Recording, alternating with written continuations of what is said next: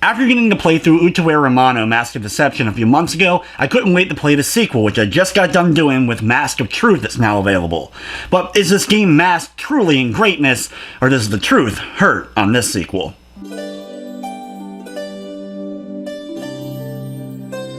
Utawarerumono Mask of Truth is actually the third game in a trilogy of games, but unfortunately we never saw an official release of the first one here in North America.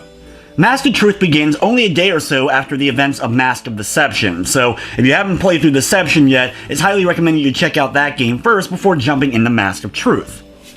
I want to keep this review as spoiler-free as possible. Basically, know you're going to get much more in-depth into certain characters' backstories throughout the course of Mask of Truth, as well as learn a lot about the civil war that's brewing amongst all the other countries. You get to visit new areas, and you're going to be seeing new types of soldiers and new enemies throughout the course of the adventure. Utawarerumono is basically a visual novel game that has a strategic, tactical RPG battle system that you get to play out. So that means there's a ton of text to read and some cutscenes to watch before you'll be able to jump back in and do another battle. The visual novel aspect is not a whole lot of interaction. You sometimes get to pick what room you want to listen to the story in next, but you'll have to go through them all anyway to progress the story usually, so there's really not much interaction, if any at all. I do like that they break up the story a bit more in this one, where it goes to a menu in between scenes for you to decide if you want to do a practice battle or redo an old battle, look at your stats or whatever. It's something they didn't do quite as much in Mask of Deception, which I liked. When the battles begin, it's a pretty standard tactical strategy RPG system. You get to select what characters you want. Certain battles you'll have more or less. Sometimes you'll be forced to use certain characters. And victory conditions are usually quite simple, either defeating the boss of that current map or defeating all the enemies currently on screen.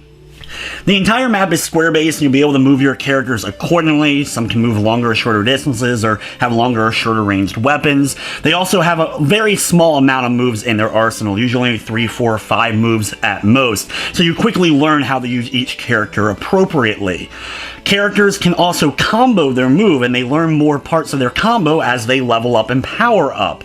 The combos can be interactive if you want to, with button presses between each of the moves, and you need zeal and in-game battle points, basically, to be able to pull off the bigger combos. As the zeal meter fills up, if you're able to fill it up all the way within a certain number of turns, you'll even get a free turn the next time after using it.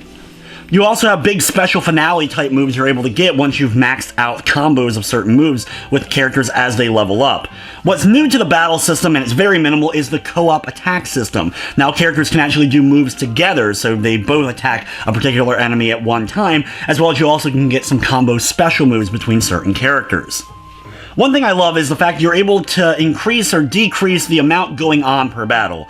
Basically, you can turn off animations or make movement speed faster. You can also turn on or off the interactivity of doing the combo system if you like to make things either easier or be able to get through things a little bit more quickly. For me, I prefer to get through battles quickly, especially after I've seen animations several times, so the fact that that's included is awesome.